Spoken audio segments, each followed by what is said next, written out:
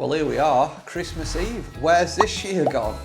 I know we say it every year, but honestly, these years feel like they're getting shorter. I cannot believe I'm saying this, but this is the Christmas video. And what we've got for you today, guys, I've put together some little tips from some of our favourite YouTube channels. And the first one is with Hannah Holden, who, if you don't know, used to be a member at Huddersfield Golf Club where I used to work, and she set up her own YouTube channel. And she's absolutely great at giving, golf tips and advice to make you play better golf. And this tip Hannah's going to give you in a minute, it actually really helped me. If you've been watching some of my recent videos, you might have noticed that I've got a little bit of a pre-shot routine, and once you see this tip, you'll probably pick up on it. It's something I've been trying, and it's really helping my game. Merry Christmas, everyone.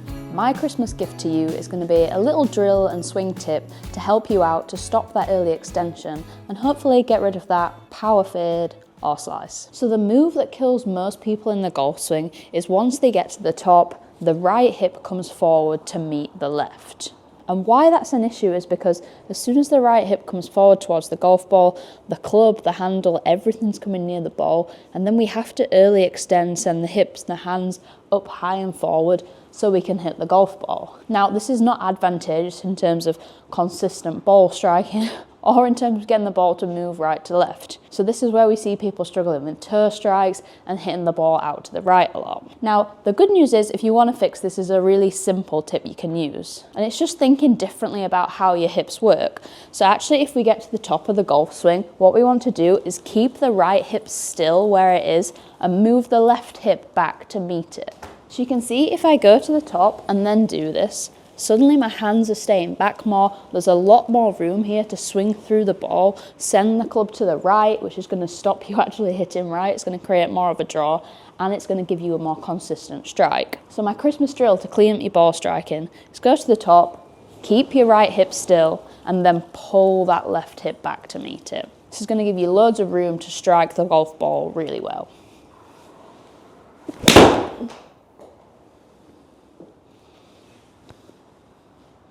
The result is a perfect little draw.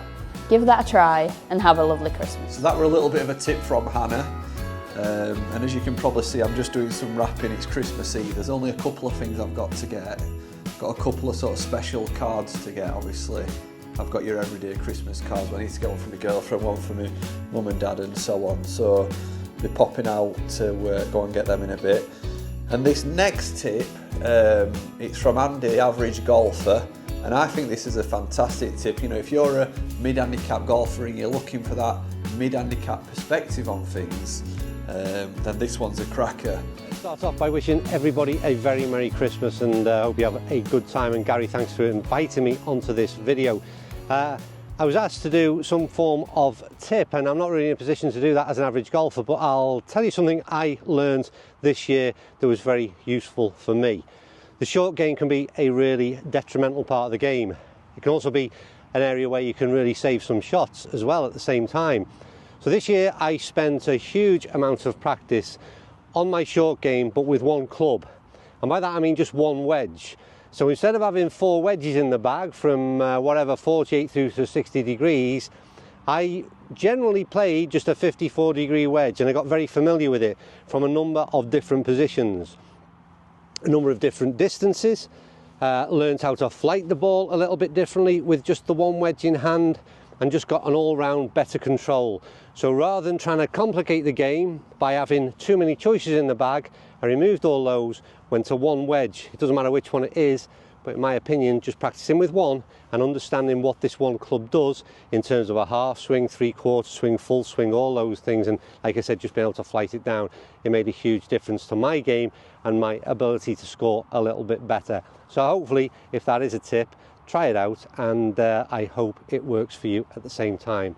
And I'll say it one more time, Happy Christmas everybody. So I think that's a great tip from Andy, and not just for people struggling, but potentially people that just don't get the chance to practice, is become good with one club. Build your confidence with that one club around green rather than having a huge selection of clubs. But moving on, starting to think about New Year. I can't wait for this new year. I always have a New Year's resolution. I think it's always good to sort of start the new year positive. I think January, February, March are kind of dead months for us golfers. We don't play as much golf as we do in summer, so for me it's a great chance to sort of focus on my diet and gym. And you might have noticed I've just come back from an all-inclusive in Turkey, and these shirts and tops are getting pretty tight, so I need to lose a few pounds, so I'm definitely going to be, you know, focusing on that until at least the summer months and trying to lose a few pounds. And what's your New Year's resolution? I think it's always great to go into New Year with some positive thoughts, and you know what, trying to be the best version of ourselves we can be. I don't think there's any harm in that, so get in the comments guys, what's your New Year's resolution? And this next tip from Paul from the Golf Show could be your New Year's resolution. Hey everyone, I'm Paul from Golf Show. My top tip to help you play better golf in 2025 is to get your address position checked. Get your alignment and your stance and your posture all checked out by a professional. Unfortunately, we can't all swing it like Rory, but I believe every golfer can have really good fundamentals at address. So get that checked out and you're going to play better golf next year. Have a great Christmas, happy golfing in 2025, and thanks for watching. So that's a great tip from Paul, and do you know what, I think he's entirely right. No matter what level of golfer you are, I don't think there's any harm in just having a little game MOT and going and seeing the local golf pro, not to work on household swing changes, but if you've not played a lot of golf for a winter, just letting him have a look, video you, showing your setup, and making sure everything's aligned up right, you know, your ball position's right, your hand position's right, your shoulders and your hips, everything's nice and square, and get that season off to a good start. So this next one comes from Triple T Golf from Tony. It's in proper Triple T fashion.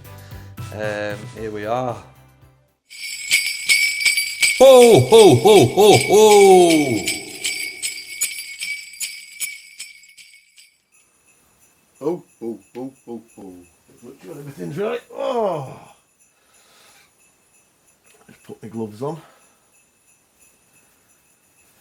There we go. Oh, hi boys and girls. Tony here from Triple T Golf.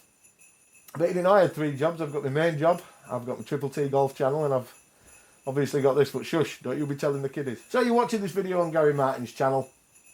Triple T Golf are a little bit like Gary Martin, we just like the T-Move version. So my friend Gary's approached me, and he's asked me if I can share some advice, some words of wisdom if you like, to his subscribers, his viewers, and just the golfing community in general. I've got 2 pieces of advice for you. My first piece is around equipment. Obviously we all want shiny new golf clubs in his bag and everything else. Don't buy too much into the marketing of these golf brands, because yeah, they're fantastic, they look great, they're promising you extra yardage and everything else. But don't be a brand snob. Get yourself on Facebook Marketplace and eBay. Get a couple of year older clubs, especially when you're first starting out. Don't waste money if you don't even know if you like the game. So golf equipment from 10 years ago, especially when it comes to irons and putters and things like that, still very, very good. If you're starting out in the game, use places like eBay and Marketplace and get yourself some good deals. My second piece of advice is very cliche, to be honest with you. It's about enjoying the game. I think that when you first start, the little wins that you get, like when you first get that feeling of buttering an iron, when you get that perfect strike on it and it don't feel like you've hit it, or you might have hit a green on a par 5 and you might have been lucky enough to get a par. These things at the beginning are fantastic. They feel amazing. That feeling, if you could bottle it up, you'd be able to sell it for thousands.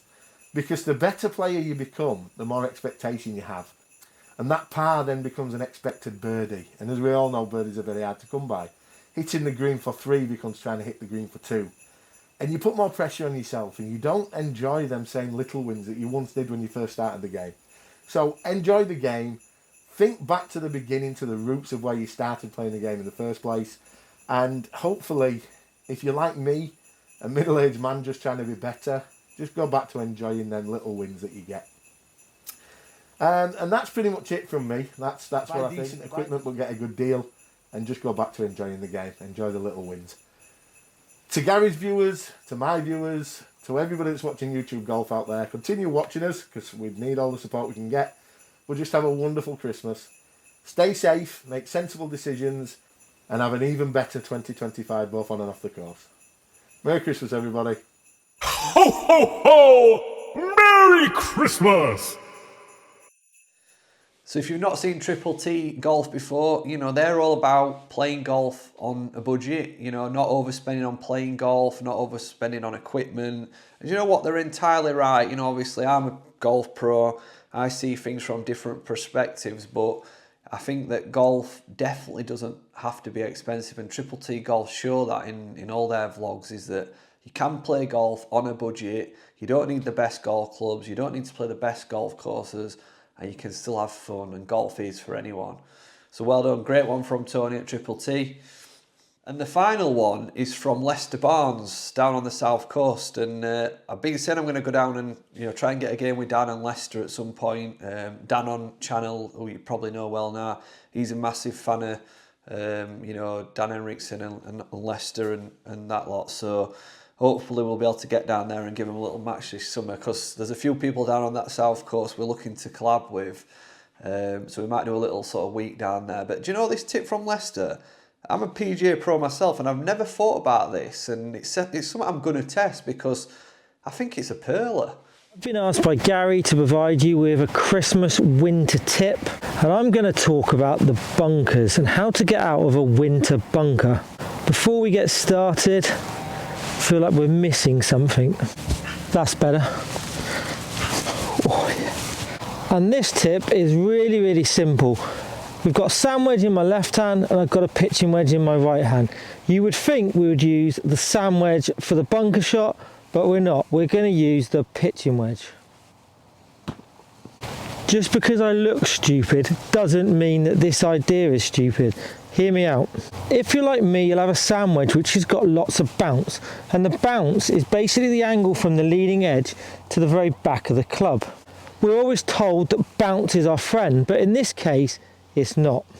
So I'm stood in a bunker in the UK in December, and this is what you'd typically find. You'd find wet, hard, compact sand. The beauty of this sand is it will create some natural bounce. So if I played a traditional bunker shot where I opened up the club face and tried to increase the bounce, what would tend to happen is the club will hit this hard compacted sand, lift up, and will hit the ball with the leading edge, probably hitting it 40 or 50 yards through the green. So this shot requires less bounce. And the beauty of this shot is we're actually going to keep the same technique we'd play for a normal bunker shot. So pitching wedge in hand, still going to open up my stance, pointing fractionally left of target, club face pointing towards the target, so that will be slightly open. I've got less bounce on this club. I'm going to play exactly the same shot and let the sand create that extra bounce.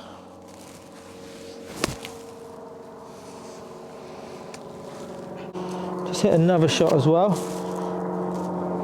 You can really open that club face up more if you require, aiming my feet fractionally left, club face more open, slide that club under the ball. You'll notice as well the divots are quite shallow because that club does not want to go into that sand.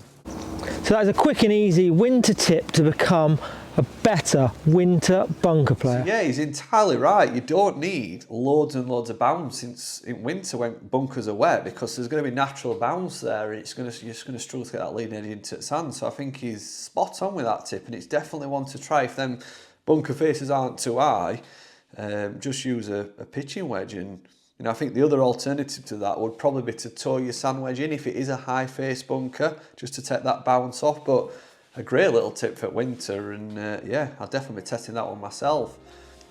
So on a final note, I'd just like to wish you guys a Merry Christmas. I'd like to just shout out to anybody that might be watching this video as well that are not set up for a great Christmas, are not looking forward to Christmas. I mean, there's been years where I've wished Christmas away. Can't wait to see back at it, to be quite frank. So if you're having one of them years for whatever reason, all I would say from my personal experience is that you're only a week away from New Year, and I think New Year brings positiveness. Get yourself a New Year's resolution, something that's going to make you the better version of yourself you can be, and battle on. Let's get to April, to Masters Week, when golf season kicks off, because I think once we get that Masters Week and we start to think about as golf and we start to think about playing golf, that's when, obviously as minds can get occupied with good thoughts and good things. So yeah, that's my little Christmas message, and I'll be seeing you on Boxing Day.